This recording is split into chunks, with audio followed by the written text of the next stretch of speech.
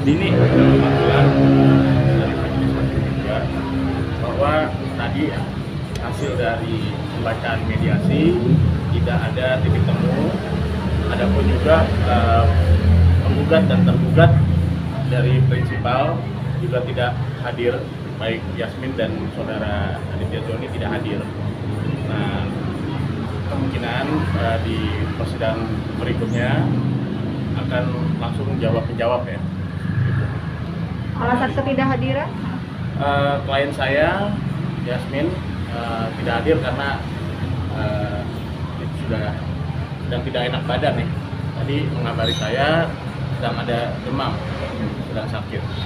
Oh, tapi harusnya hari ini mediasi dulu kan, Bang? Ya, mediasi kedua karena hakim mediator ya, mediator masih ingin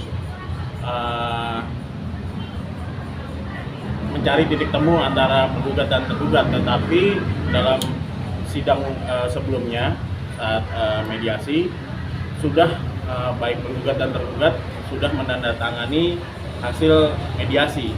Sebenarnya dari mediator Haji Mumu masih ingin untuk mempertemukan dan mencari titik temu antara penggugat dan tergugat, tapi baik penggugat dan tergugat sudah menandatangani hasil mediasi. Ya tidak ada titik temu seperti itu. Yang bikin gagal ya. ya maksudnya poin apa, Bang, yang bikin mungkin nggak ada titik?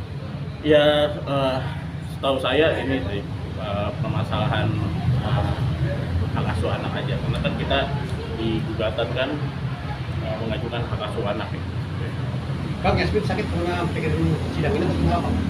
Saya kurang tahu, tadi pagi sih mengabari saya dia tidak bisa hadir karena sakit demam.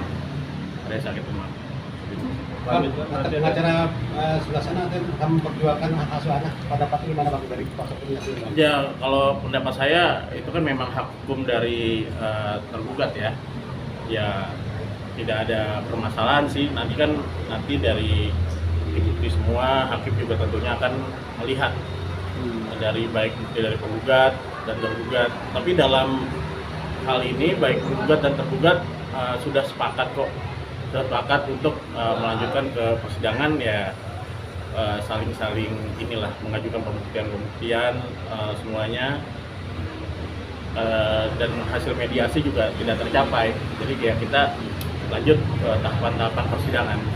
Artinya ketidakhadiran kedua belah pihak ini mempercepat sidang ini atau seperti apa? Karena tidak mempengaruhi ya, baik hadir atau tidak.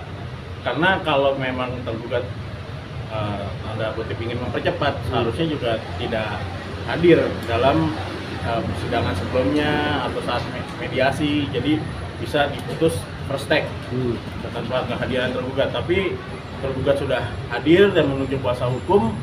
Nah itu jadi baik sekarang tahapan sidang berikutnya tidak hadir, para prinsipal tidak ada masalah karena sudah dikuasakan kepada kuasa hukum seperti itu. Bang, sejauh ini si Yasmin untuk memenuhi nafkah anak seperti apa? Apa? Sejauh ini Yasmin memenuhi untuk nafkah anak seperti apa? Kalau untuk nafkah anak kita tidak ada ini ya, tuntutan apapun dalam gugatan, hanya pengajuan hak asuh anak aja.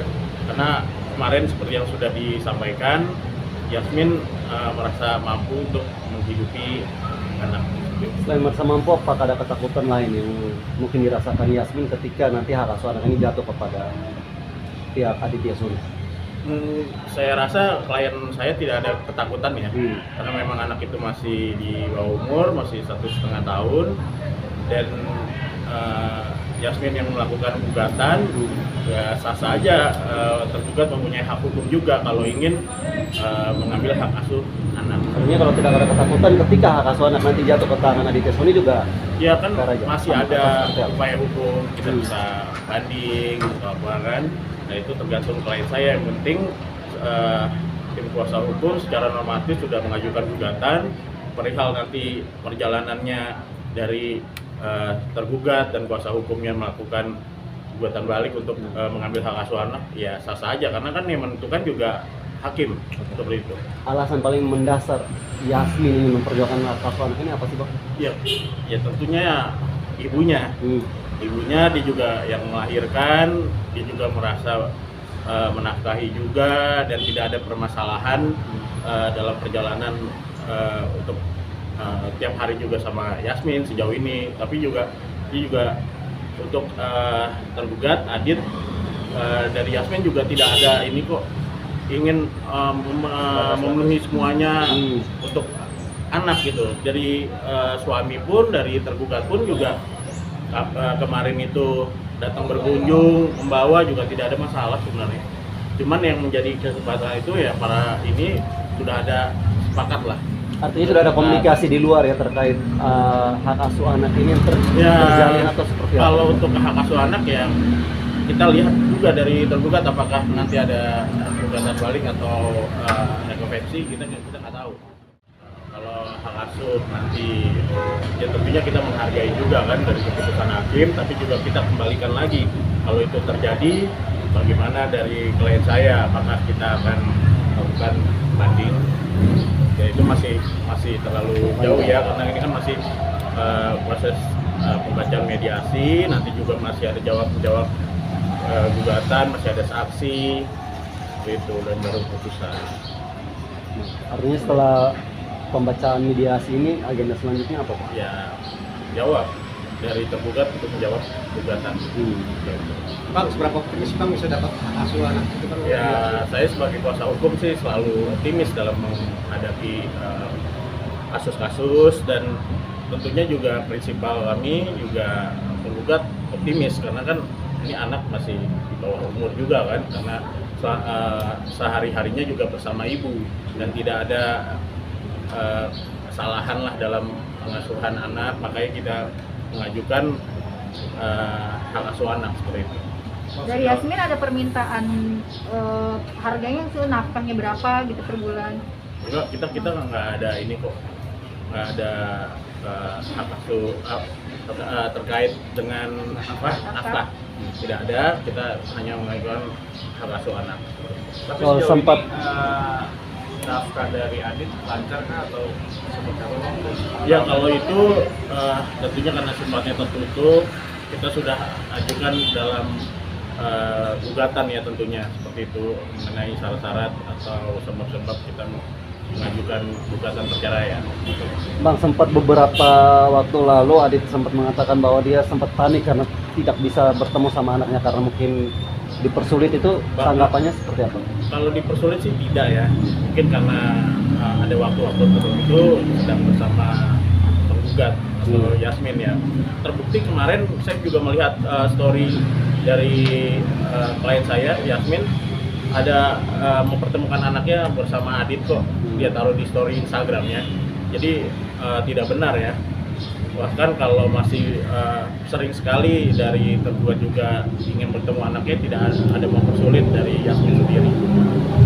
Bang, kemarin si Aditya jadi bilang dia nggak bisa rumah karena Yasmin pengen pindah ke beli barang ke Malaysia atau gimana gitu Bang? Dapatnya gimana Bang? Gimana? Ya, Aditya jadi bilang dia pindah rumah waktu itu, bisa rumah karena si Yasmin pergi ke Sejauh ini klien saya tetap di ini kok, di domisilinya. karena itu Bang, Gugatan. dia alasan dia Masih di pindah Cibinong juga. Dan belum ada rencana untuk berbalik ke Malaysia atau seperti apa? Kalau ke Malaysia ya sifatnya cuma beberapa hari bersama keluarganya, tidak untuk menetap di sana. Bahkan kalau kita perhatikan di story-storynya selalu di Indonesia. Oke, mungkin sebagai kuasa hukum apa yang menjamin bahwa ya mungkin akan pergi hanya untuk beberapa hari yang tidak menetap di sana? Ya sejauh ini ya dia sekarang masih berdomisili rumahnya di Cibinong juga kok. Kayak kita mengajukan gugatannya masih di sini. Bang, mungkin ada komunikasi alasan pihak tergugat tidak hadir. Hah? Mungkin ada info alasan pihak tergugat. Oh, kalau itu saya nggak tahu ya, silakan ditanyakan saja sama kuasa hukum tergugat ya. Kita juga tadi juga sudah ada, Bang Emil juga tadi hadir dan ternyata juga prinsipalnya atau tergugat tidak hadir. Tapi sama. Berarti nggak ada janjian ya Bang? Oh, tidak ada.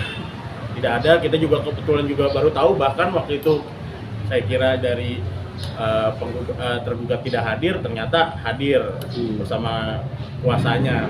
Saat itu saya tidak hadir, tadi diwakilkan rekan saya, ternyata hadir, dan ini ya harus dijalani step-step dari persidangan.